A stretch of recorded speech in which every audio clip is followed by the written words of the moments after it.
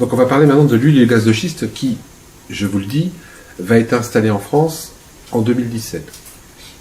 C'est-à-dire qu'aujourd'hui, les partis politiques, que ce soit les partis politiques de droite ou de gauche, en 2017 vont accepter l'exploration et l'exploitation de l'huile et du gaz de schiste en France.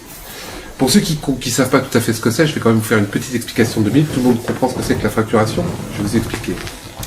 Donc c'est, vous voyez, de l'ardoise. L'ardoise, ça. Donc à 2000 ou 2500 mètres du sol, il y a de l'ardoise qui est compressée l'une contre l'autre depuis des millions d'années.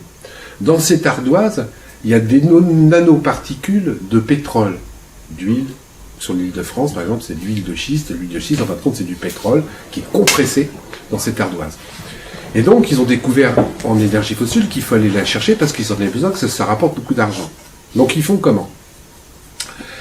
Aujourd'hui, pour prendre du pétrole conventionnel, je vais vous prendre une image. On a un ballon, dedans il y a du pétrole, vous mettez dedans une paille et vous aspirez. Ça, c'est la recherche, l'exploitation de pétrole conventionnel. L'exploitation de l'huile du gaz de schiste, c'est une éponge. Vous voyez une éponge? Vous mettez une paille dans l'éponge et vous aspirez. Vous comprenez que c'est déjà beaucoup plus difficile à faire. Donc comment ils font? Ils descendent une paille à 2 km, 2 km 5, et après, ils creusent aussi en vertical, comme vous avez vu dans le petit film. C'est-à-dire qu'ils font ça, et ils font ça, jusqu'à 14 km. 14 km. D'accord? Donc, réfléchissez bien que quand ça va être installé en France, vous allez être en train de vous brosser les dents dans votre salle de bain, vous allez croire que tout se passe bien, et non, le puits, il est à vos pieds. 14 km. Par fracturation, et on va y venir tout à l'heure, il faut que vous sachiez par exemple aussi qu'on ne peut pas faire autrement pour extraire de l'huile et du gaz de schiste que de faire de la fracturation, c'est-à-dire de faire exploser la roche. Donc 14 km, on est d'accord? Dedans, ils injectent jusqu'à 20 millions de litres d'eau par fracturation. Écoutez bien ces chiffres. 20 millions de litres d'eau. Dans ces 20 millions de litres d'eau, ils mettent de 600 à 900 produits chimiques. Plus du sable, le sable servant, quand ils ont fait exploser la roche, à éviter que les fractures se referment, ils mettent des petits grains de sable, ça ne se referme pas, les nanoparticules d'huile de schiste repartent et remontent. Donc 20 millions de litres d'eau, 600 à 900 produits chimiques. Dans ces produits chimiques, il y en a même un, et tout ce que je vous dis est vrai. Encore une fois, je ne parle que de factuel, c'est-à-dire que ce n'est pas mes chiffres à moi, c'est des chiffres et des noms qui ont été donnés et qu'on a volés aux entreprises elles-mêmes. Il y a même un produit chimique dont les embobeurs ne veulent pas se servir tellement c'est dangereux. Donc 20 millions de litres d'eau par fracturation, ils envoient de la pression à 600 bars. 600 bars, c'est un avion qui vous arrive en pleine tête.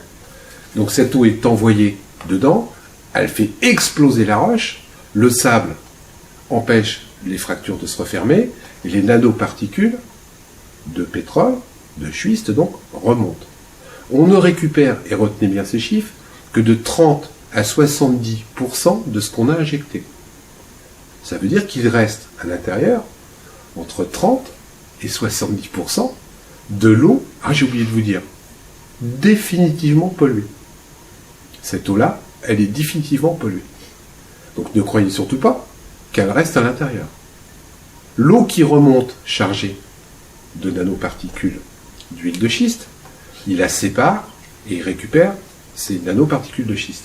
Mais l'eau, ils ne peuvent pas la traiter. Donc en Amérique, par exemple, ils la mettent dans des bacs de rétention, où ils la réinjectent dans le sol, ou pire, parce que les Américains, c'est autre chose qu'en France, ils s'en servent comme eau d'épandage pour éviter que la poussière remonte sur les routes. Autant vous dire que tout est pollué. Autant vous dire qu'il y a en septembre 2015 une grande inondation en Amérique. Il y a plus de 20 000 puits qui ont été inondés. L'eau, elle n'est pas restée.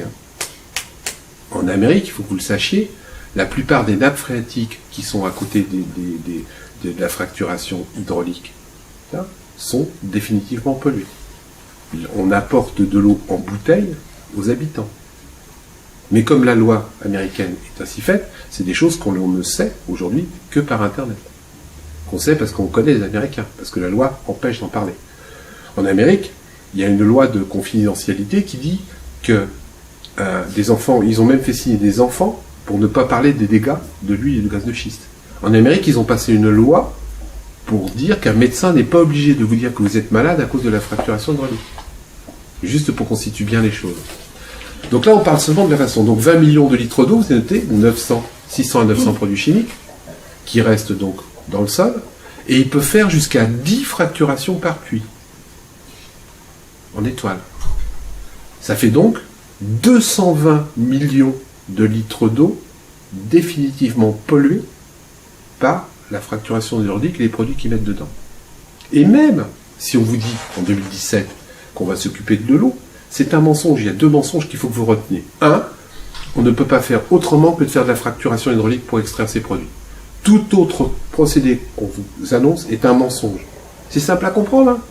Roche compressée, 2 millions d'années, la seule façon d'extraire, c'est de la faire exploser. Exploser, c'est fracturation. Que ça soit de la fracturation au propane, qu'ils ne pourront pas faire parce que c'est ce qu'ils sont en train de nous manipuler. Parce que de toute manière, le propane, ça coûte encore plus cher, donc c'est moins de profit, donc ils ne le feront pas. Plus les lois qui interdisent de trimballer du propane n'importe quoi en France. Ou la fracturation à l'électricité, qui n'est même pas encore au point et qu'ils ne le feront jamais. Donc de toute manière, ça sera de la fracturation hydraulique avec de l'eau. Parce que c'est le seul truc gratuit qu'ils ont, qui coûte pas cher, qu'ils peuvent injecter pour pouvoir récupérer un maximum de produits. Donc il n'y a pas d'autre système que la fracturation, c'est le premier point. Le deuxième point, l'eau qui est injectée ne peut pas être retraitée. Elle est définitivement polluée. Et même si elle pouvait être retraitée, hypothèse de travail, ils ne le feront pas. Vous savez pourquoi? Parce qu'ils perdraient des profits. Donc si jamais ils s'amusent à retraiter la flotte pour la rendre potable, ce qui est complètement improbable, ça coûterait tellement cher que de toute manière l'opération serait plus rentable. Donc ils ne le feront pas. Problème, c'est qu'ils vont le faire en France.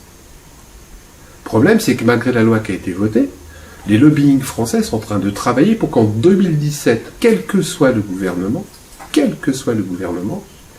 on autorise l'exploration et l'exploitation de l'huile et du gaz de schiste en France. Aujourd'hui, les pétroliers, que ça soit en Ardèche, que ça soit en Seine-et-Marne, que ça soit dans l'Essonne, que ça sont en train d'installer le matériel pour que tout soit prêt en 2017. Personne ne s'en rend compte, nous sommes quelques-uns au sein des collectifs à le savoir.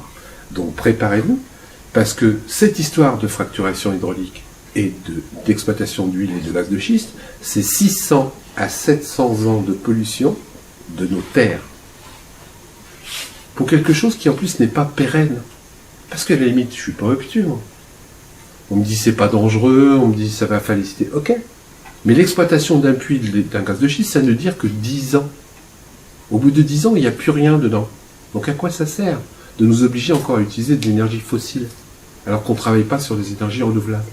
Je vais expliquer comment ça se passe un puits. Vous connaissez et c'est pour ça qu'ils en font de plus en plus. Madoff, ça vous parle? La pyramide de Ponzi. Bon. Et bien donc l'exploitation de l'huile de schiste, c'est à peu près la même chose. Parce qu'il faut que vous sachiez qu'un puits qui est exploité, au bout d'un an, ça perd 65% de son débit. Pour une image, vous prenez une bouteille de coca, fermée, vous la secouez, vous ouvrez. Mais une fois que ça fait et bien l'exploitation d'un puits d'huile et de gaz de schiste, c'est la même chose. La première année, ça jette beaucoup. Au bout d'un an, ça perd 65% de son débit. Sauf que ces gens-là, ils veulent continuer à gagner de l'argent. Donc c'est pour ça que vous avez vu des endroits aux États-Unis où il y en a partout. En France, ils vont être obligés de faire la même chose, sauf qu'ils pourront le faire un petit peu moins. C'est pour ça que par exemple en Seine-et-Marne, ils ont essayé d'installer 40 puits. Dans l'Essonne, ils ont essayé d'installer 17 puits, qui disent conventionnels pour l'instant. Ça, c'est le premier point. Donc il faut en faire de plus en plus, et ça ne dure que 10 ans. Donc pourquoi le faire? 2, on nous raconte que ça crée de l'emploi. Parce que c'est comme ça qu'on va vous manipuler, hein, en vous disant ça va créer de l'emploi, etc., etc. C'est pas vrai. Un puits, en Amérique, c'est vrai. Vous avez vu derrière les images, c'est des grandes étendues.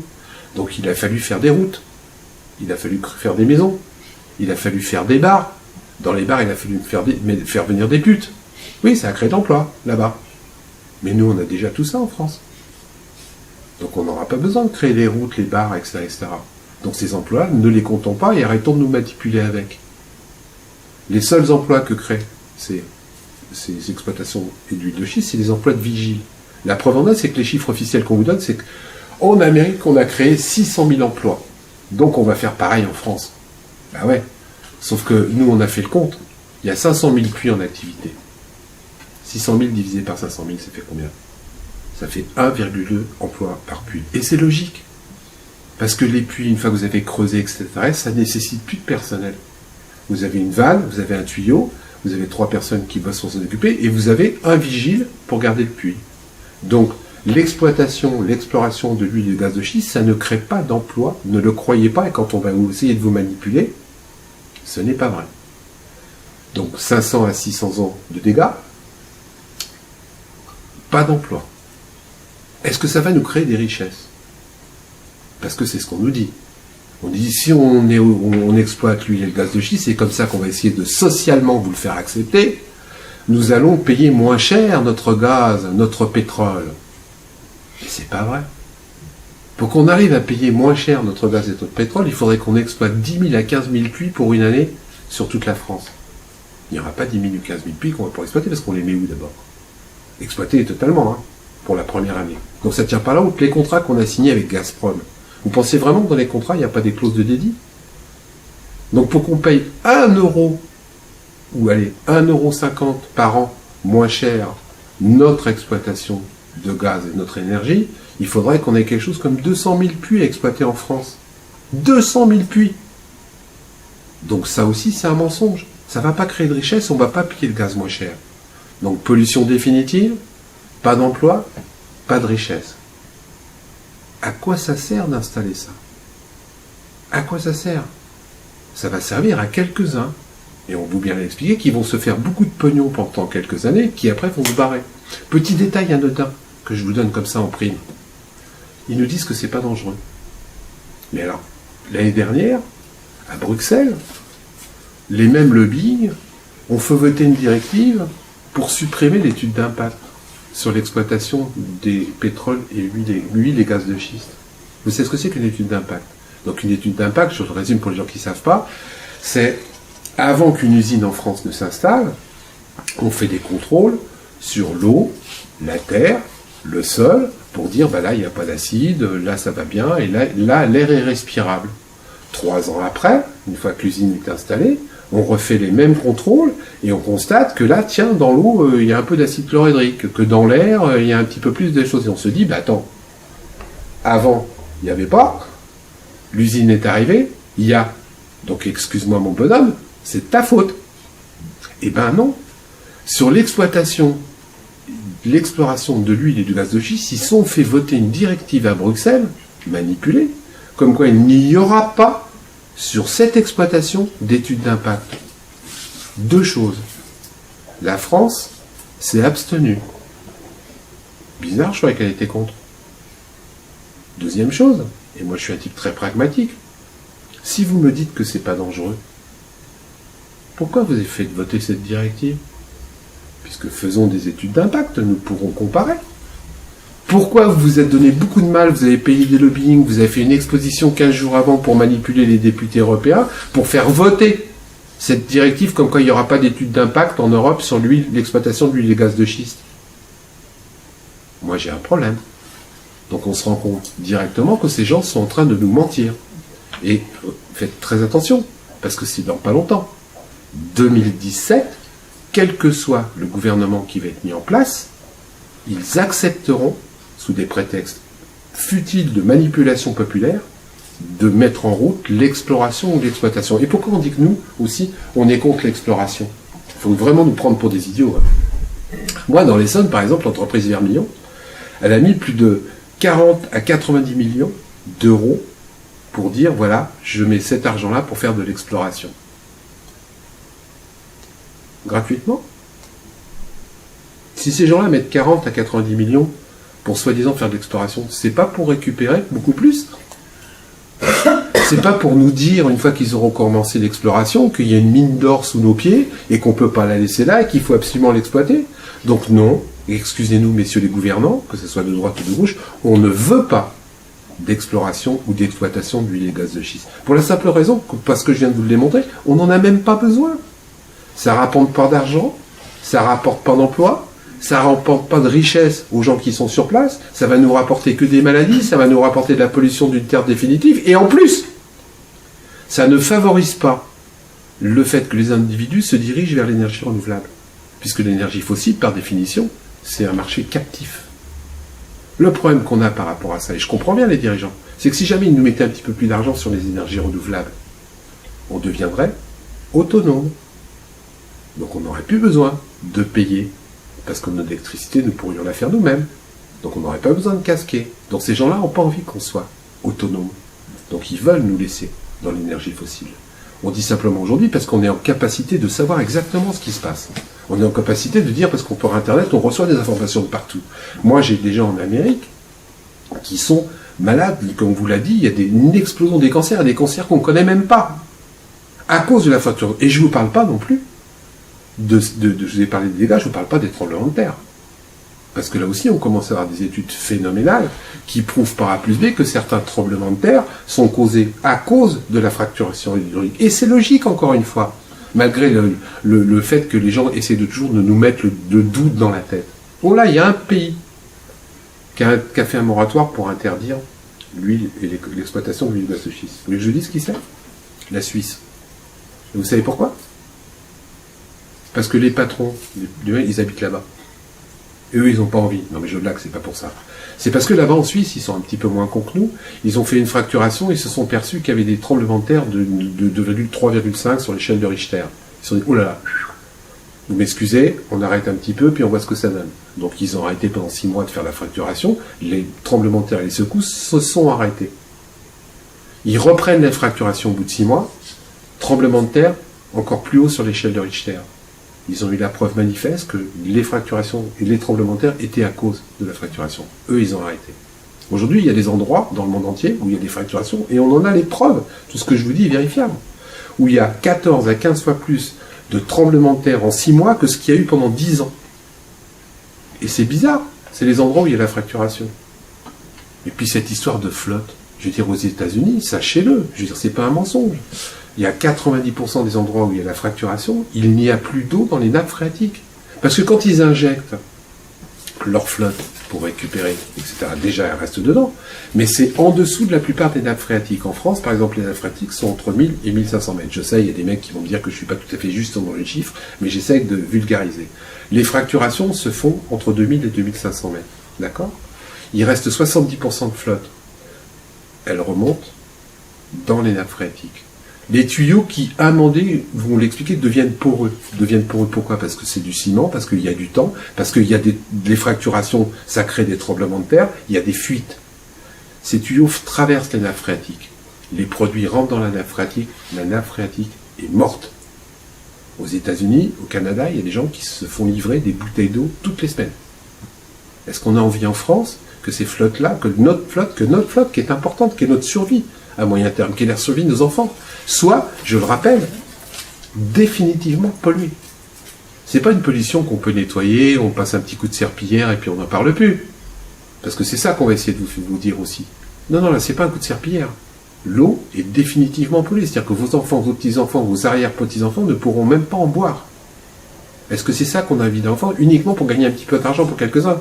Dernier petit point de détail. En France, la plupart des entreprises pétrogazières sont étrangères.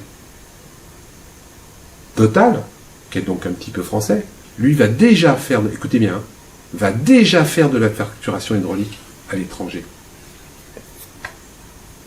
Total, qui est donc une entreprise plus ou moins française, qui normalement respecte la loi en France, comme quoi la fracturation hydraulique est interdite depuis la loi qui est passée en octobre, confirmée par le Conseil d'État à 11 octobre. Et bien Total fait de la fracturation à l'étranger. Moi j'ai du mal à comprendre que ce qui est valable chez nous ne soit pas valable ailleurs. Nous on est en relation avec des Tunisiens, avec des Algériens qui nous écrivent. Les mecs qui nous écrivent un truc vachement simple. On n'a déjà pas d'eau pour boire. On n'a déjà pas d'eau pour boire. Et ces gens-là, ils nous polluent 220 millions de litres d'eau par fracturation. Mais ils sont fous. Maintenant, ils sont pas fous, ils font du profit.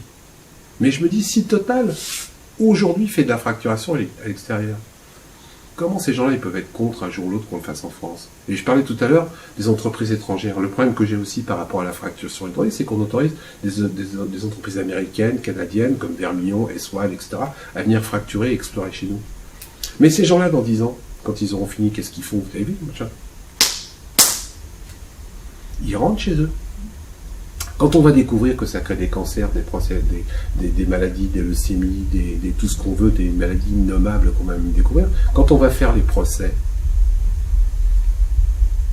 non seulement il n'y a pas d'études d'impact, donc on va avoir du mal à prouver que c'est à cause d'eux, parce qu'on vous dit, mais non, c'est pas moi. Non, c'est pas les fracturations, monsieur, c'était là avant.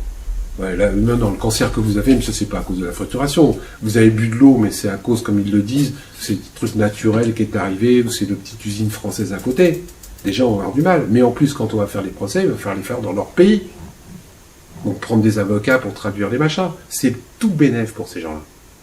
Nous, on dit simplement, au niveau des collectifs nationaux anti-huile et gaz de schiste, c'est ni ici, ni ailleurs, ni maintenant, ni demain. On n'en veut pas aujourd'hui, on n'en veut pas demain. Parce qu'avec tout ce que je viens de vous expliquer, ça ne sert à rien. Pas d'emploi, pas de richesse, rien. Rien. Vermillon, que je connais bien puisqu'elle est dans l'Essonne, elle a un petit siège social, entre guillemets, dans l'Essonne. Vous savez combien il y a de personnes au siège social? Enfin, c'est pas le siège, leur siège, 4. 4. L'entreprise Vermillon sur toute la France, c'est 380 personnes, sous-traitants compris. Sous-traitants compris. Et ça crée de l'emploi. Quelle est la redistribution de richesse pour les gens? L'argent qu'on va donner aux communes, parce que c'est comme ça qu'on va vous dire, vous avez grâce à ça, vous aurez un petit peu d'argent, ouais. Mais après, quand il va falloir réparer les routes, quand il va falloir pas désamianter, mais désempoisonner les sols, ça va nous coûter combien pour le petit pognon qu'ils vont nous donner au niveau des communes? Quand les gens, on va falloir les traiter pour leurs maladies, ça va nous coûter combien pour le peu d'argent qu'ils vont donner aux élus? Parce que là, je m'adresse aux élus aussi. Il faudrait que les élus soient un petit peu conscients et connaissent leur dossier. Il y a plein d'élus actuellement qui voient qu'une seule chose, on leur fait croire que ça va donner de l'emploi, leur disent oui. On leur fait croire que leur commune va être plus riche et leur disent oui. Mais les élus, vous êtes responsables de la santé à long terme de vous administrer. Donc ne vous laissez pas berner par ce qu'on vous raconte sur l'huile gaz de schiste. Ça ne crée pas d'emploi, ça ne crée pas de richesse. Ça crée de la pollution pour 600 ans et des pleurs pour tout le reste de la population, c'est-à-dire nous. Donc on le dit simplement, en 2017, monsieur le président de gauche ou monsieur le président de droite, ayez un petit peu de coronesse, comme on dit, et dites non à cette énergie fossile qui n'est ni intéressante socialement, ni intéressante politiquement pour tous les Français. Merci de votre écoute. Si vous avez des questions, je suis prêt à y répondre. Je l'ai fait court. Vous avez tout compris là par rapport à ça? Je n'ai pas oublié quelque chose? C'est vraiment une grosse daube et préparez-vous à prendre les armes parce qu'en 2017, c'est clair, ils vont l'autoriser. Voilà, c'est intéressant parce que la question c'est que pour s'opposer, comme pour les OGM qui sont rentrés en France et à travers l'Europe, il faut l'unanimité des 28 commissaires non élus. Quelle est la solution? Je n'ai pas de solution par rapport à ça et je ne rentrerai pas dans le débat. Je dis simplement qu'on est en France et que déjà si les communes, les maires et les habitants et le peuple, quand ils voient les camions se mettre devant, ils ne pourront pas le faire. Donc commençons déjà par trouver des solutions sur le terrain, c'est-à-dire en refusant complètement que ces gens-là viennent s'installer, en allant voir le maire de votre commune, qui ponde des arrêtés pour interdire que le maire de votre commune refuse que l'exploitation d'huile et gaz de schiste s'installe sur la commune. Déjà ça, on va gagner. Après, montons les marches d'escalier une par une, et ne les montons pas trop vite, parce que si on monte les marches d'escalier trop vite, on se casse la gueule à un moment donné. Donc le véritable et le premier personne, etc., c'est votre élu de quartier, c'est votre élu de commune. Lui dire allez le voir et le convaincre que ce truc-là, sinon, parce qu'ils vont venir le voir, ils vont l'inviter à déjeuner. Ils vont l'inviter à déjeuner dans un bon restaurant. Ils l'ont fait, moi, sur mon département. Sur mon département, l'entreprise Vermillon, elle a fait des réunions secrètes dans un hôtel qui s'appelait Vinci. D'accord? Elle téléphonait des élus, elle n'envoyait même pas. Et moi, je me suis infiltré sous un faux nom à la 3e réunion. À la 3e réunion. Et ils ne savaient pas qui j'étais. Et j'ai écouté ce qu'ils disaient. Donc là, j'étais là, ils ne peuvent pas dire autant. Et j'ai entendu les patrons de Vermillon proposer au lieu de dire, vous inquiétez pas, c'est dangereux, c'est pas dangereux, on va créer de l'emploi. Et après, ils ont dit, mais si vous avez besoin d'argent sur votre commune, il n'y a pas de problème, on peut vous en prêter pour 5 ans. Moi, j'ai été élu, je sais ce que ça veut dire. Quand tu commences à prendre du pognon pour payer ton petit terrain de foot sur la commune, pendant 4 ans, t'es niqué. Donc je dis aux élus, n'acceptez aucun argent de ces gens. Là, on a prouvé aussi sur notre département que les élus, ils sponsorisaient le club de foot, ils sponsorisaient les pompiers, ils en donnaient de l'argent pour l'école. Mais donc, comment on peut accepter de l'argent de ces gens-là? Parce que si tu commences à accepter de l'argent de ces gens-là, il faudra que tu le rendes un jour ou l'autre.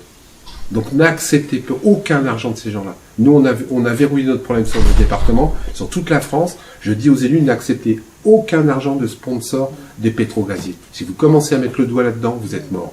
Et vos administrés un jour, vos enfants, parce que les élus des communes, sachez, ils ont aussi des enfants, ils ont aussi des petits-enfants. Quand vos petits-enfants commenceront à développer des cancers que vous ne connaissez pas, parce qu'il y a déjà ça aux États-Unis, vous pleurerez et vous serez responsable, parce que c'est vous qui aurez donné l'autorisation. Donc commençons à nous battre contre ça avec les élus de proximité. Le conseiller municipal, le maire de la commune, le conseiller départemental. Faites voter des motions comme quoi ces gens-là refusent que les pétrogaziers s'installent en France, qu'ils aillent faire leur saloperie ailleurs. Et encore, on n'est pas d'accord pour qu'ils le fassent ailleurs non plus. Mais tout du moins chez nous, il est hors de question que vous installiez cette industrie complètement polluante et qui nous apportera rien du tout. Ce sera surtout dans le milieu rural. Partout, sur toute la France. C'est dans les milieux ruraux, mais je peux vous dire qu'en Île-de-France, moi j'ai déjà répertorié 57 puits entre la Seine-et-Marne et l'Essonne. 57 puits. 14 km de long, d'accord, ça fait 28 km de circonférence, hein, c'est juste le rayon, et ils peuvent faire jusqu'à 10 fracturations. Donc l'ensemble du territoire. Et en plus, comme ils améliorent leur technique, pas pour faire du bien, pour faire plus de profit, je ne doute pas que d'ici peu, ils arrivent à descendre à 18 km, 20 km.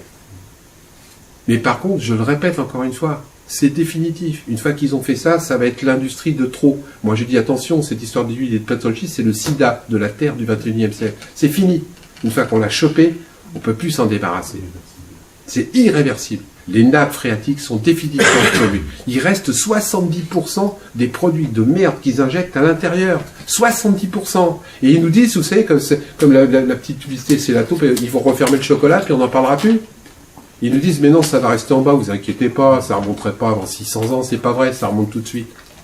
Et au départ, ça fait des dégâts, après ça arrive dans l'herbe. Les vaches bouffent ça. Nous, on mange les vaches derrière, on mange les poules, on mange les œufs. Et c'est fini, ça fait une pollution mais énorme. On ne sait même pas, parce qu'ils ne contrôlent même plus là-bas. Ils maquillent pour l'instant. Ils ne contrôlent pas. Pour l'instant, ils se contentent de ils font signer à des enfants, ils font signer des clauses de confidentialité. C'est-à-dire que les enfants, ils signent un papier, on leur donne 1000 $. Alors on dit aussi que ça rapporte de l'argent. C'est vrai, mais c'est vrai. C'est vrai que le propriétaire américain là-bas, quand il loue son terrain, il gagne 10 000 $ par mois. Ok. Il gagne 10 000 $. Et on vous dit que ça. Ce qu'on oublie de vous dire, c'est que sa maison qui valait 500 000 $, elle vaut plus rien. Donc ça aussi, c'est un marché de dupes. On vous donne l'information comme quoi les gens font fortune grâce à ça, mais on oublie complètement de vous expliquer que leur baraque qui est juste à côté, elle vaut plus rien. Donc 10 000 $ d'un côté, 500 000 $ perdus de l'autre côté. C'est un marché de dupes. Monsieur ? Oui, mais en haut de la pyramide, ils sont tous acquis à la cause, parce que finalement, ça va faire marcher d'autres industries. C'est ça. Ça va faire marcher les industries phytopharmaceutiques pour nous sauver. Mais c'est un bonheur. Ça va faire marcher les vendeurs d'eau. C'est ce qu'on dit. L'eau, ça va être une guerre, la guerre du C'est ce qu'on dit souvent dans les conférences. Il y a des métiers qui vont gagner du pognon. Les hôpitaux, les pharmaciens et les croque-morts. Ça va être un bonheur. En sachant que le PIB, c'est très bon, la mort est très bon. Mais nous, on a fait un essai, parce qu'on est quelques-uns dans le monde entier à pas être d'accord. On a pris des petites bouteilles d'eau avec de l'eau de fracturation. Et dans toutes les réunions, on rencontrait des patrons qui nous disaient que c'était pas dangereux, on leur donnait boisant.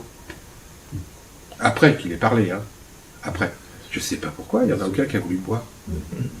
Aucun. Zéro. Mais moi, je dis simplement encore une fois, si tu me dis que c'est pas dangereux, pourquoi toi, t'en bois pas ? Moi, je suis prêt, et je le dis, hein, je prends les enfants de ces gens-là 3 mois chez moi. Gratuit.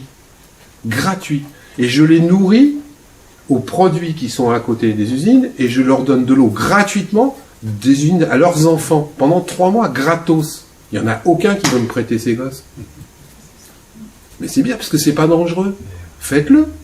Parce que ces gens-là, ils habitent pas à côté, eux. Hein. Ils habitent toujours loin. Hein. En Suisse, là où ils ont interdit le moratoire, ils ont tous leur maison de campagne là-bas. Moi, la question que je me pose, c'est, puisque bon, c'est par fracturation hydraulique, oui. On est d'accord, ils la prennent où, l'eau? Ah ben, ils la prennent dans les rivières, ils la prennent déjà dans la nappe phréatique. Oui, mais est-ce qu'il y a autant d'eau que ça en France? Parce que je sais pas, nous, on n'arrête pas de nous dire qu'il y a vraiment des problèmes. Mais il n'y en aura pas pour eux. Des nappes phréatiques. Ils ont même souci. Moi, je sais personnellement, par exemple, ça fait 5 ans que j'habite dans la région. Au début, je buvais l'eau du robinet. jusqu'au jour où un jour j'ai mis de l'eau dans une casserole, l'eau, je l'ai oubliée, elle s'est évaporée, je me suis retrouvée avec 100 bains. J'ai dit, putain, c'est quoi ce truc blanc? Depuis, je ne bois plus d'eau. D'eau du robinet. Ouais, je comprends. Donc déjà, on n'en est pas... Il n'y a pas eu de gaz de schiste pour le moment. Et on en est déjà là. Donc au niveau déjà des nappes phréatiques, il y a déjà un problème, même au niveau, même naturellement, entre guillemets. Quoi. On commence à avoir des endroits où on manque de flotte. Donc ils vont la sortir d'eau. Mais ils vont la sortir de ces endroits parce que ces gens-là s'en foutent. Non, mais après, il faut la donner à la population, puisque l'eau, ça sera pollué, enfin, il y aura des gens, machin, etc. Oui, d'accord, des bouteilles, mais l'eau des bouteilles, ils la prendront. Ah, mais ils la prendront d'ailleurs, il y a quelques endroits, et ça va coûter de plus en plus cher. C'est un marché énorme, ça va être un marché énorme, l'eau. Ça va être un marché énorme. Ça va être un marché énorme, là.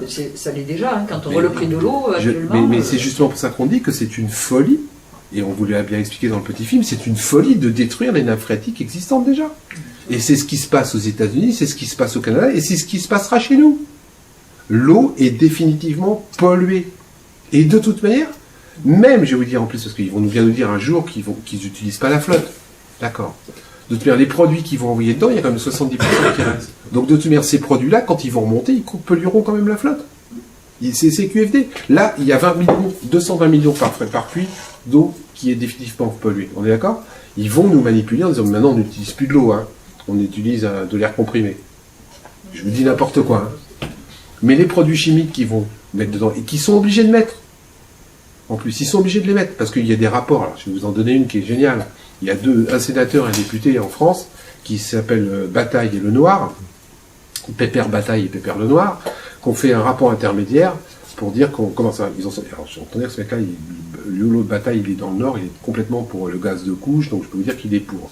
Ils ont sorti un rapport en disant que les produits qu'on achetait n'étaient pas dangereux parce que c'était des produits alimentaires. Plus c'est gros, plus ils y croient. Plus c'est gros, plus ça passe. Et on vous le disait, hein, il y a des journalistes qui ont repris l'information. Hein, parce qu'ils ont distribué le rapport à des journalistes. Ils ont dit que c'était quasiment comme des barres chocolatées. Non, mais ils nous prennent vraiment pour des cons, quoi. Ils injectent à 2500 mètres des barres chocolatées pour récupérer des nanoparticules d'huile et de schiste. Ces gens-là nous prennent pour des idiots, mais le problème c'est que plus le message est gros, plus on y croit. Plus on y croit. Et c'est là où je dis attention, et c'est pour ça qu'il faut que vous soyez informés. Parce qu'une fois que vous êtes informés, quand on va essayer de vous manipuler, vous serez à même de vous défendre. Quand vous direz non, c'est pas dangereux. Dis donc, bonhomme, tu veux que je te donne la liste de tous les produits que vous injectez? Nous, on peut l'avoir, la liste, on l'a déjà. Et tu viens me dire que c'est pas dangereux? Il y a des cancérigènes, il y a des neurotrucs, il y a des trucs paralysants, il y a de 600 à 900 produits chimiques. Et ils sont obligés de les mettre. Parce que s'ils les mettent pas, ça remonte pas bien, ça glisse pas bien, ils peuvent pas, etc. Donc ils sont obligés de les mettre. Tout autre discours est un mensonge. Tout autre. Et encore une fois, je le dis, mais rendez-vous compte, on n'en a pas besoin. On n'est pas des gens obtus si on nous prouvait que c'est pas dangereux. Moi, je dis pas non. Mais ils font tout pour nous masquer les choses. Ils font tout pour tricher. Donc, quand les gens commencent à être opaques et commencent à tricher, je dis c'est pas normal. C'est pas normal. Pourquoi vous trichez comme ça? Pourquoi vous voulez pas boire l'eau dont vous me dites que c'est pas dangereux? Moi, j'ai le droit de la boire parce que vous me le dites. Mais vous la buvez pas parce que vous dites que c'est pas dangereux? Il y a quelque chose qui colle pas, quoi. Faut qu'ils arrêtent. C'est non. Je n'en veux pas. Le peuple français n'en veut pas. Le peuple français ne veut pas de cette dope qui va nous servir à rien, si ce n'est à polluer notre terre pendant 800 ans. On n'en veut pas. Ne rentrez pas, m'expliquez rien. On a toutes les preuves scientifiques. Ça s'est déjà fait ailleurs. Donc c'est pas des mensonges. On a vu ce que ça a donné. Donc pourquoi ça ne donnerait pas la même chose chez nous? Vous savez, rappelez-vous le nuage de Tchernobyl qui s'est arrêté à la frontière. Tout le monde l'a cru, hein. Rappelez-vous l'amiante. C'est pas vrai, l'amiante, c'est pas dangereux. C'est pas dangereux. On en est où aujourd'hui? Donc on arrête les discours, les débats, les scientifiques qui viennent nous raconter. Moi j'en ai connu un comme ça, sur une enquête publique. Il nous avait envoyé un géologue indépendant. Géologue indépendant. Payé par le gouvernement puisque c'était une enquête publique. Donc c'était le commissaire enquêteur qui avait été le chercher. Je sais pas pourquoi, on creuse un petit peu derrière. On fouille, on s'aperçoit que le mec il était payé par une société américaine et que dans cette société américaine, sur 10 actionnaires, il y en avait 9 qui étaient des pétrogaziers. Son discours, il était rassurant, le mec. Hein. Il était lénifiant. Bon, une fois qu'il était en public et qu'il a commencé à dire qu'il était indépendant, puis qu'après je lui ai sorti des preuves de où il travaillait, il était un peu plus mal. Il était un peu plus mal. Mais si j'avais pas été là pour dénoncer ça, les gens croyaient à son discours parce que c'était un géologue, donc quelqu'un d'important. quelqu'un qui a le pouvoir. Donc remettez en cause ce qu'on essaye de vous faire avaler, en vous disant que c'est pas dangereux, en vous disant que ça crée de l'emploi. On a toutes les preuves que ça ne crée pas d'emploi et que ça ne crée pas de richesse. Donc stop, je ne discute plus. Stop, je refuse de me laisser manipuler. Stop, je n'en veux pas et les Français n'en veulent pas. Donc messieurs les gouvernants, de droite ou de gauche, ne tombez pas dans le piège, parce que le peuple se réveillera. Aujourd'hui, sur l'huile et le gaz de schiste, entre guillemets, on n'est pas prêt à se laisser faire. Hein. Parce que les gens ont compris, les gens reçoivent par Internet des informations. Hein. Donc ils ont bien compris que c'était quelque chose de innommable dont on n'allait même plus en sortir. Donc aujourd'hui, les gens se lèvent et se mettent devant les camions. Et pas avec un parti politique. Hein. Ils se mettent dans les camions uniquement par citoyenneté. Parce que de façon intelligente, entre guillemets, ils ont vu que ce truc-là, c'était la petite goutte d'eau chimique en trop qui allait les tuer. Donc les gens aujourd'hui, ils sont capables de dire non et ils disent non. On n'en veut pas. Monsieur ? Bonjour. Vous dites qu'en 2017, la loi va passer. J'ai pas tout à fait ça. J'ai dit qu'en 2017, ils allaient l'autoriser. Aujourd'hui, il y a plusieurs candidats. Et qu'on ne peut rien faire. Ah bah si. De gauche ou de droite, parce qu'il y a les élections présidentielles en 2017. Oui. Maintenant, est-ce que ça dépend des traités de l'Union européenne ou pas? Ah ben aussi, il y a le TAFTA derrière, il y a plein de choses. Il y a le TAFTA qui risque de nous coincer.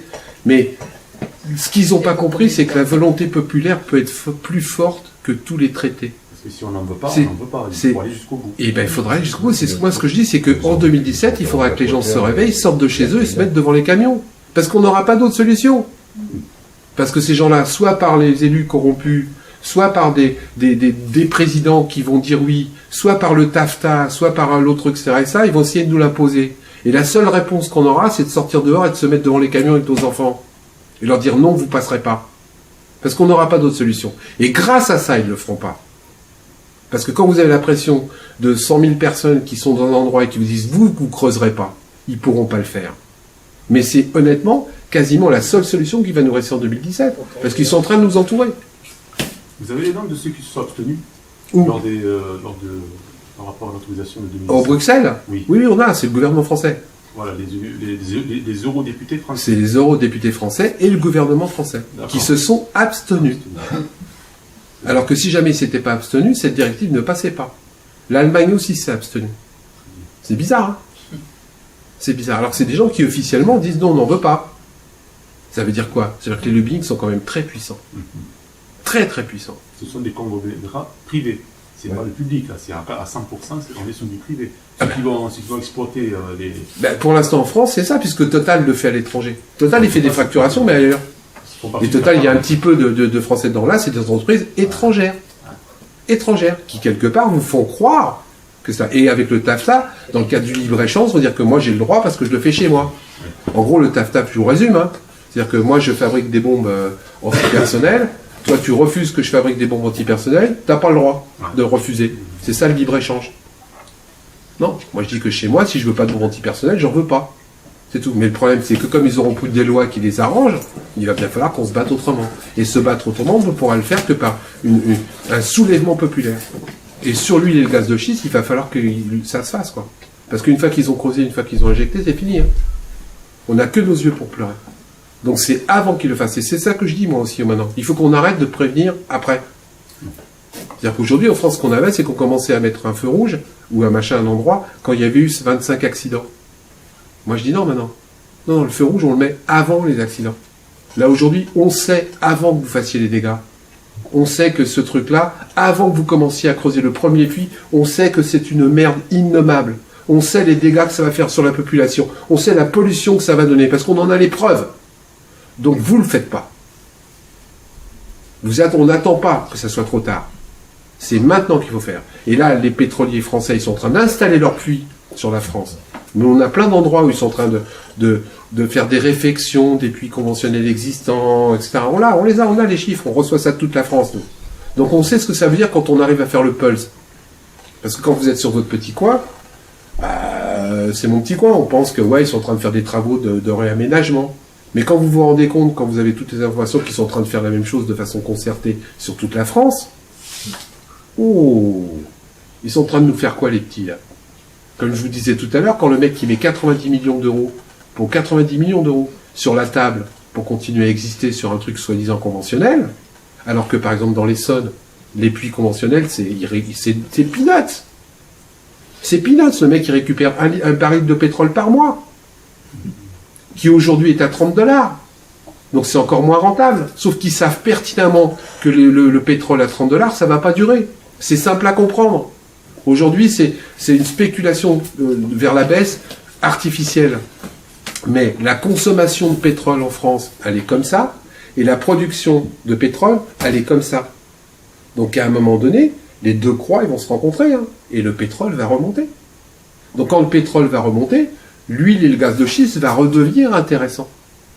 Et comme pendant ce temps-là, les grosses boîtes qui sont en train de se racheter, ils rachètent les petites, parce que c'est ce qui se passe aujourd'hui. Il y a plein de petites boîtes d'huile et de gaz de schiste qui sont en train de faire faillite, mais qui sont rachetées par les grosses, qui elles ont le temps d'attendre, parce qu'ils ont l'argent en caisse, etc., etc.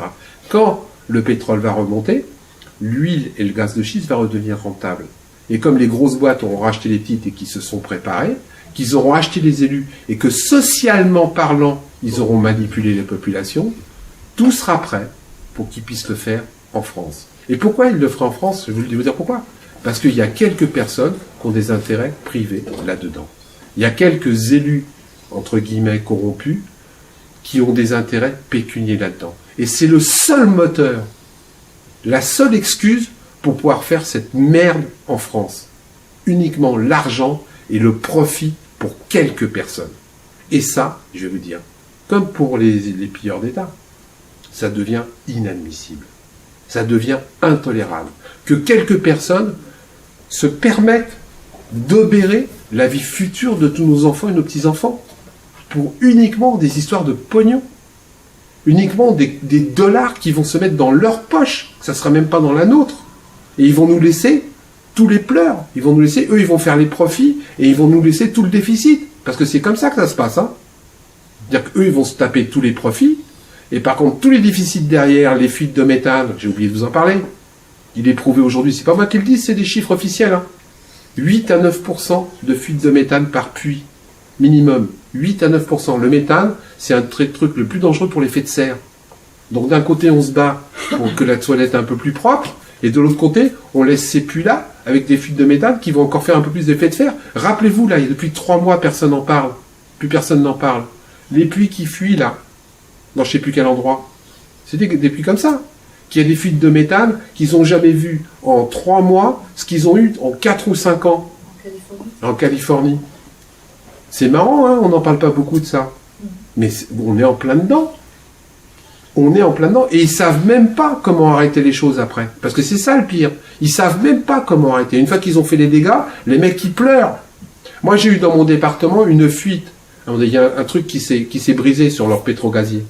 Les mecs, ils l'ont su 72 heures après, parce qu'un mec passait par là. On ne sait même pas comment ça a été pollué.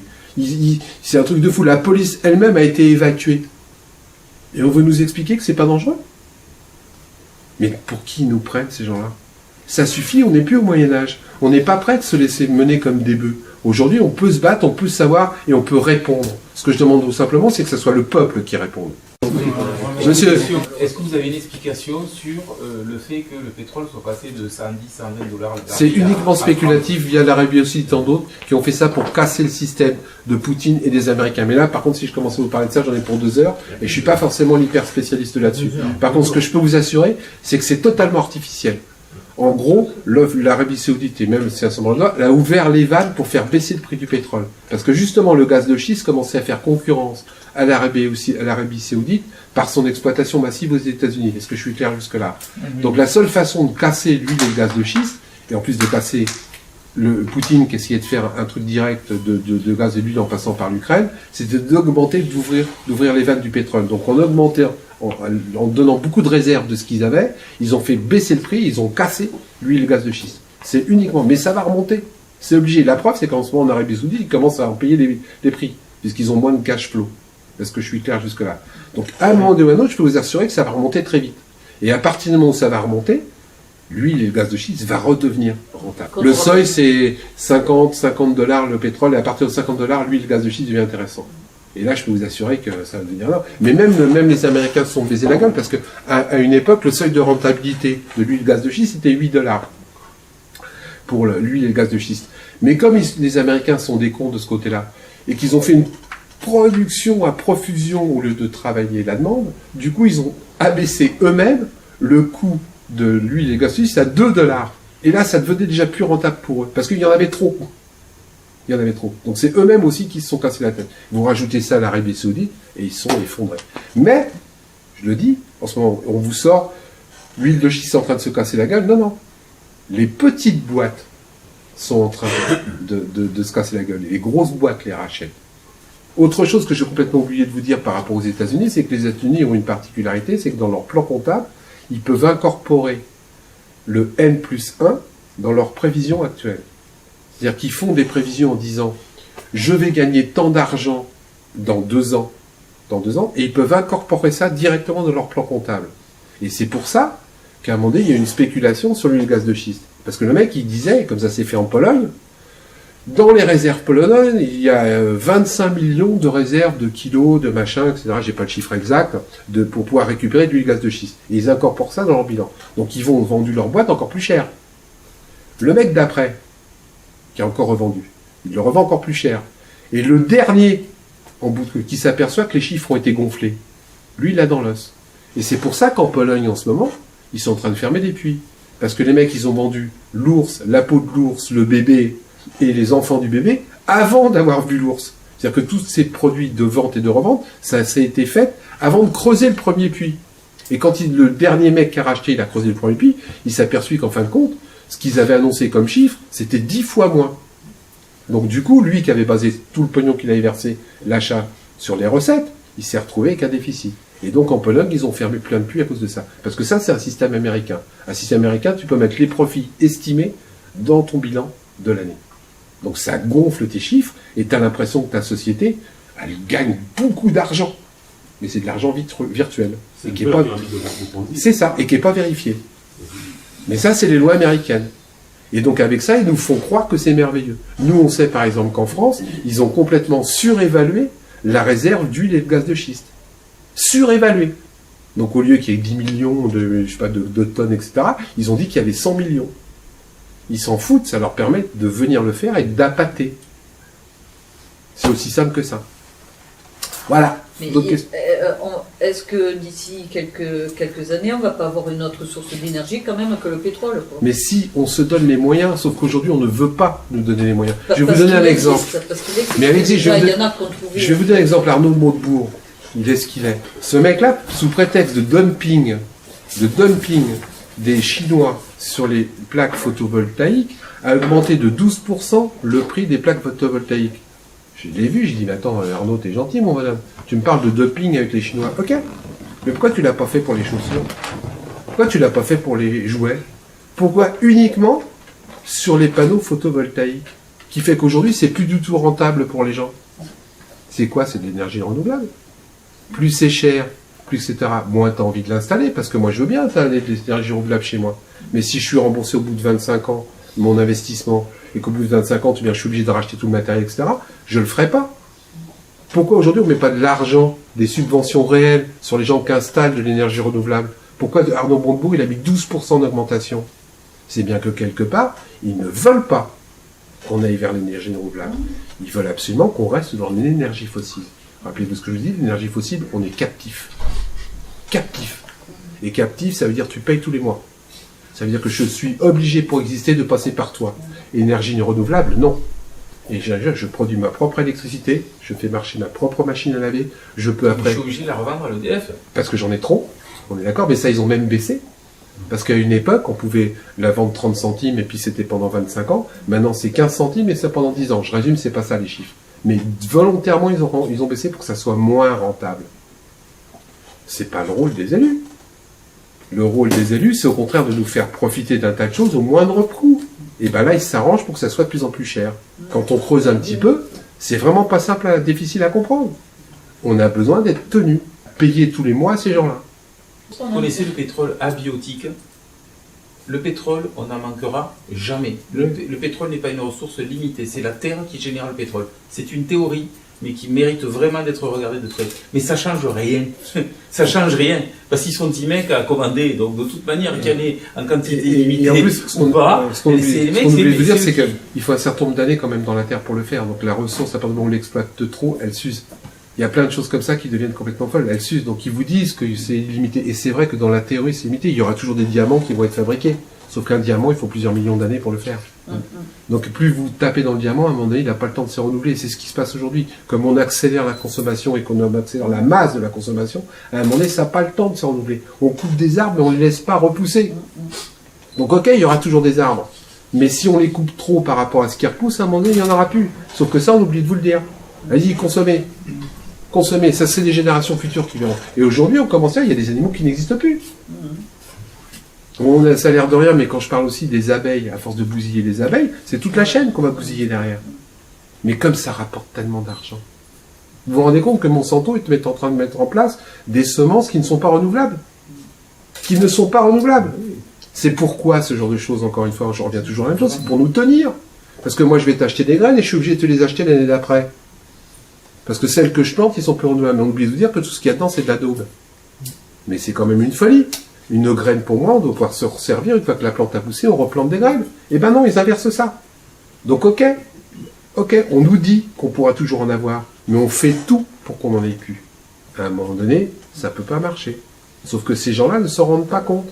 Ils ne se rendent pas compte qu'ils vont vers un système qui, à court terme, risque de faire tout exploser. Tout exploser.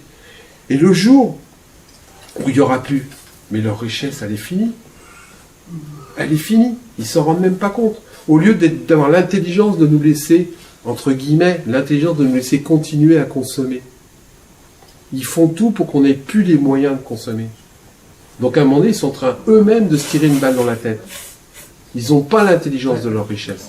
On s'est calmé au niveau de la consommation. Hein. Oui, du fait de la crise. Heureusement. Mais ils inventent d'autres quand même systèmes. un niveau de surconsommation. Hein, mais on invente d'autres systèmes. Les gens prennent de plus en plus conscience. Mais ils freinent des cas de fer pour qu'on ne puisse pas le faire. Il y a plein de trucs qu'on pourrait faire aujourd'hui qui nous permettent de consommer moins. Je ne dis pas d'être dans la décroissance. On n'est pas dans un monde où il faut maintenant s'éclairer à la bougie, marcher tous en Santiago et faire 15 km à pied. Mais ils font tout pour que quelque part, on continue à consommer uniquement sous un seul prétexte, faire du profit le plus vite possible et un maximum.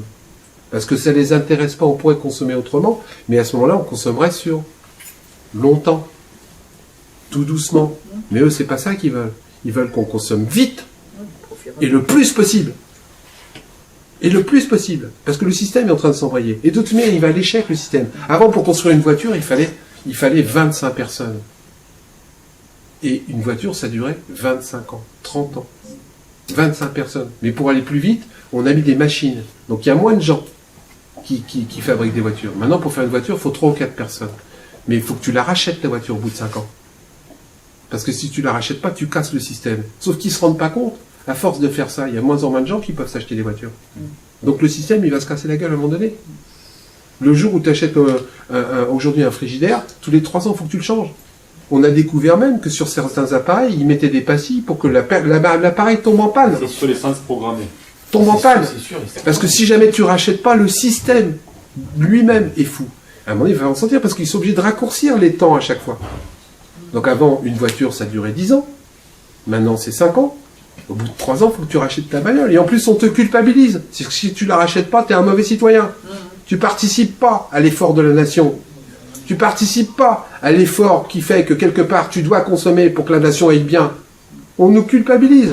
Le mec qui garde un ficot tout longtemps, il passe pour une daube. Il passe pour un fou. Le type qui rachète pas son iPhone au bout de 6 mois, il passe pour un malade. De quoi? Tu as l'iPhone d'il y a 6 mois? Mais quelle honte! Mais t'as pas encore acheté le nouveau truc? Mais quelle honte! Et puis ils ont des stratégies commerciales qui fait que de toute façon... et on plonge! On change parce que justement, tiens, c'est pas cher, parce qu'on a des facilités de paiement, parce que ci, parce que là... Et en plus, ce n'est pas vrai que c'est pas cher. C'est très cher. Si vous prenez le problème des iPhones, ça coûte que dalle et ils nous les vendent 600 € en moyenne. 600 € en moyenne quand pour la nouveauté. Donc en plus, on les paye cher. Donc on est 2 fois con. Parce que, très honnêtement, moi je le dis à chaque fois, à quoi ça sert d'avoir une douche et une salle de bain sur son téléphone? Moi, tout ce qui m'intéresse pour un téléphone, c'est que ça marche et que je puisse téléphoner. À quoi ça sert tous les trucs multifonctions, les machins, les bidules, les trucs qui nous rajoutent à je sais pas quoi, pour nous faire croire que c'est mieux. Un téléphone, c'est juste fait pour téléphoner. À quoi ça sert? Il y a des trucs qui vont faire qu'on change aussi notre façon de fonctionner. Il y a des trucs qui sont bien. Aujourd'hui, je vois rien. Plus consommer. Ouais. Mais c'est là, on est dans un pays quand même où là aussi, je vous signale que pour aller faire caca, on utilise de l'eau potable. Il y a un moment donné où ça devient complètement fou, le système. Et nous, personne ne s'en rend compte. Pour faire caca, on utilise de l'eau potable. Est-ce que vraiment pour tirer la chasse d'eau, on a besoin d'eau potable? Sauf que tout le système a été fait comme ça. Mais c'est vrai que quand on fait caca dans de l'eau potable, à un moment donné, il faut la retraiter. Il faut qu'elle reçoit potable. Il faut la revoir. Et il faut la revoir. Ouais. Et puis ça coûte de plus en plus cher. Et ça coûte de plus en plus cher. Donc on est sur un système qui est complètement aberrant, où la seule fonction qu'on a, c'est consommer et surtout ne pas lire les étiquettes. Là, il ne faut pas lire les étiquettes, de moins en moins. Ah, mais le TAFTA va nous arranger ça. Complètement. Mais personne ne s'en rend compte. C'est un truc de fou, le TAFTA. C'est un truc de fou qui va nous...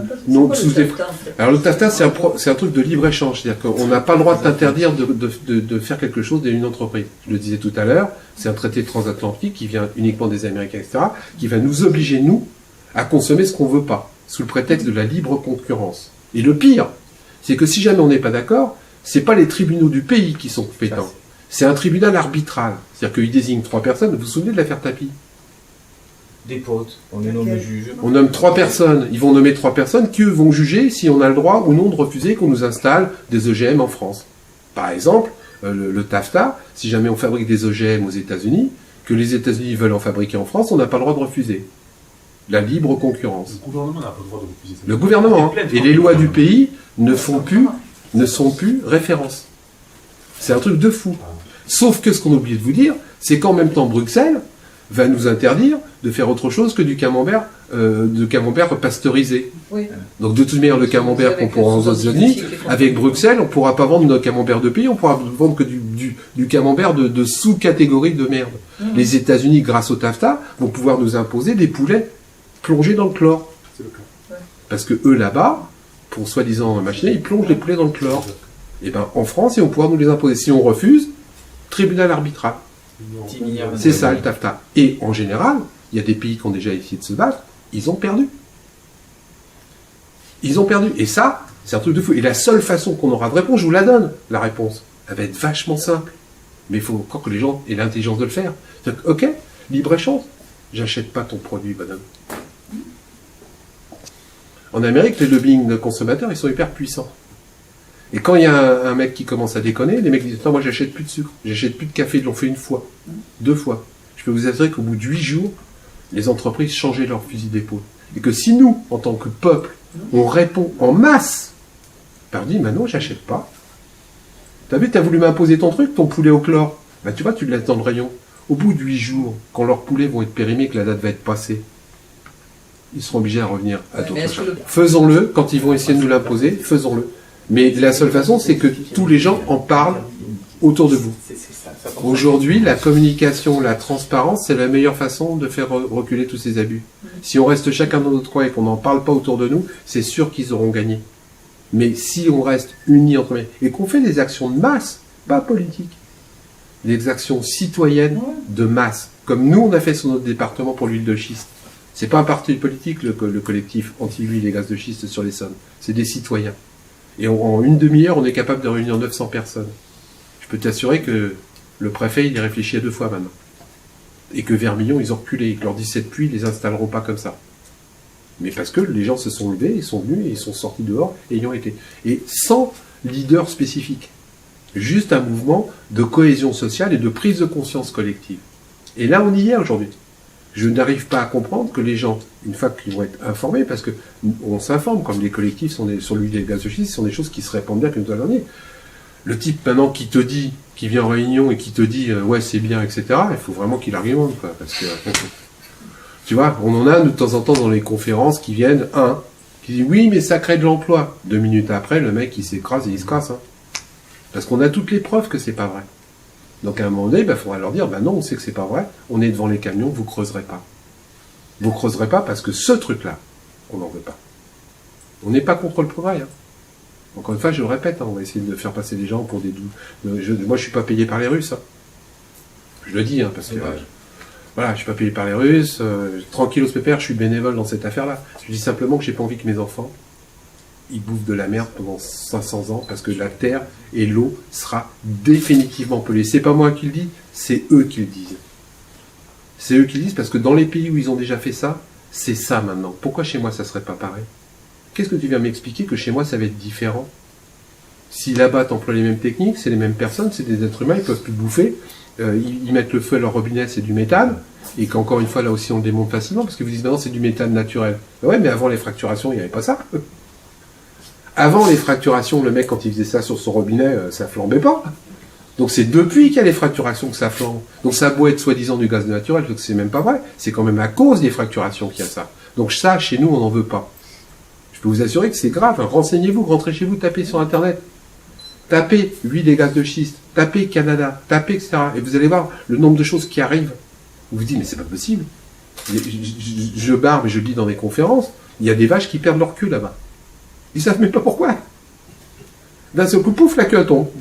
Dans les endroits où il y a la fracturation. Donc les bêtes sont en train de changer physiquement. À cause de cette daube. Parce qu'en plus, ça descend du bec. Je vous dis pas tout, parce que j'ai pas le temps. Mais il y a des histoires de radium. Donc il y a du radium qui remonte, puis il y a des molécules qui se mélangent en bas, à 2500 mètres. Ils ne contrôlent rien. Rien. Tout ce qu'ils contrôlent, c'est ce qu'ils récupèrent. Le reste, ils en ont rien à foutre. Rien à foutre. Et ça devient intolérable. Je dis que les gens qui construisent des choses, ça doivent être responsables jusqu'au bout de ce qu'ils font. Quand tu creuses le sol et que tu fais des profits, tu dois être responsable 15 ans après de ce que tu as fait. Et à partir du moment où on commence à penser ça, on risque d'avoir, entre guillemets, des productions qui sont un petit peu plus éthiques que ce qu'ils sont aujourd'hui. C'est inadmissible que tu balances les produits dans la terre et qu'après tu te casses et tu t'en occupes plus. C'est inadmissible. Là, il devrait y avoir des lois. Tu mets de la merde dans la terre, tu t'en occupes, tu la ramasses toi-même. Je suis désolé, mais on le fait bien pour notre toutou. Hein. Mais vous savez qu'il y a ce que tu appelles de la manipulation populaire en France. Moi, j'ai sorti un sondage, l'autre fois, on l'a démonté, qui est sorti dans le Parisien libéré. En gros titre, 57% des Français sont prêts à accepter l'huile et le gaz de schiste. 57% des Français. C'était en gros comme ça, hein, il y a 2 ans. Je creuse sur le sondage et je demande à recevoir tout le sondage. Déjà, première chose, c'est de 57%, de 27% des gens qui avaient compris la question. Déjà, ça, c'est souvent. Déjà. Deux, la question était tournée de telle façon que de toute manière, tu répondais ça. 3, c'était un sondage commandé par les pétro-gaziers. C'est un truc de fou. Mais ça marque un tout petit. Donc c'est vrai que quand les gens voient ça avait dit 57%, j'ai peut-être changé d'avis, quoi. Mais 57% de 27% avec une question dirigée payée par les pétro-gaziers. Faut juste faire gaffe. Ça s'appelle de la pub. Et il appartient à qui ce magazine, le Parisien libéré? Je sais plus, machin, mais le mec, c'est le journaliste qui a pas fait son boulot. C'est juste le journaliste qui a fait son boulot, parce que ça va tellement vite que les mecs, ils ont même pas besoin de temps, et puis quand on leur donne une information officielle, eh ben, ils l'apprennent. Comme quand moi, je me suis infiltré, là aussi, dans le 3e sous-sol de l'Assemblée nationale, quand Pépère Lenoir et Pépère Bataille ont donné le rapport avec le chocolat, etc., etc., ben, il n'y a que les journalistes qui l'ont eu dans la main, etc., etc. Le mec, il est reparti, c'était un député et un sénateur. Il y a quelques journalistes qui ont pris ça pour argent comptant. Parce que c'était un rapport officiel. C'est un rapport intermédiaire officiel. Et qu'en plus, avant, je vais vous dire, ils avaient fait... Alors, vous sachez tout, dans ce rapport-là, vachement bien fait. Hein. Ils ont fait ce qu'on appelle les auditions. Donc, ils avaient reçu 75 entités. 75 entités pour rétablir leur rapport. Une fois que j'ai eu le rapport en main, je l'ai volé, hein, moi je suis parti avec, j'ai regardé. Sur les 75 entités qu'ils avaient interviewées, il y avait 73 pro-gaz de schiste. Il n'y avait que 2 associations anti-gaz de schiste. Donc il est évident que le rapport, il était orienté. J'ai continué à creuser, il y a une nana de France Inter, ils ont été voir en Amérique comment ça se passait, etc., etc. Puis après, il y a une journaliste qui a publié un article de France Inter, avec super photos, pas de traces de ça, avec le beau mec, avec le casque qui brillait et tout. Je dis, oh, c'est bizarre ce truc-là. Ah ouais, je creuse. La nana de France Inter, elle a eu son voyage payé par le gouvernement. Ses frais d'hôtel et tout étaient payés par les pétro-gaziers qui étaient là-bas. Il est évident que quand elle est rentrée, la nana elle a fait un article super sympa. Déontologiquement, c'était une grosse daube. Non. Mais le problème, c'est que quand c'est le pouvoir qui te dit quelque chose, tu as tendance à le croire. Et c'est là où il faut faire gaffe. Parce que quand tu sais que le pouvoir est manipulé, faut faire attention. Je vais vous donner juste un dernier petit détail. Evelyne Bateau, qui s'est fait virer en 48 heures, elle a déclaré qu'à un moment donné, il y a un mec, 1 mois et demi avant, en Amérique, au cours d'un dîner, il a déclaré que j'allais être viré. Bah ouais. Oui, non, c'est vrai ce que je suis en train de te dire. Hein. Tout est vérifiable.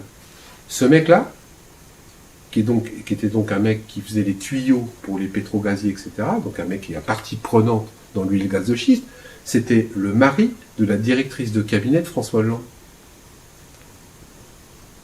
Le mari de la directrice de cabinet de François Hollande, Madame Hubac, qui là vient juste d'être évacuée en douce. Donc la propre directrice de cabinet de François Hollande, c'est quelqu'un, une nana qui a affaire à partie dans les pros l'huile et gaz de schiste. Ça pose quand même des questions. Ça pose quand même des questions. Mais heureusement qu'aujourd'hui, on peut savoir. Heureusement qu'aujourd'hui, les gens sont de moins en moins des moutons. Aujourd'hui, que la petite secrétaire dans le ministère, elle nous fait passer des notes. Que par un certain nombre de gens, on a réussi à avoir des informations sur le code minier.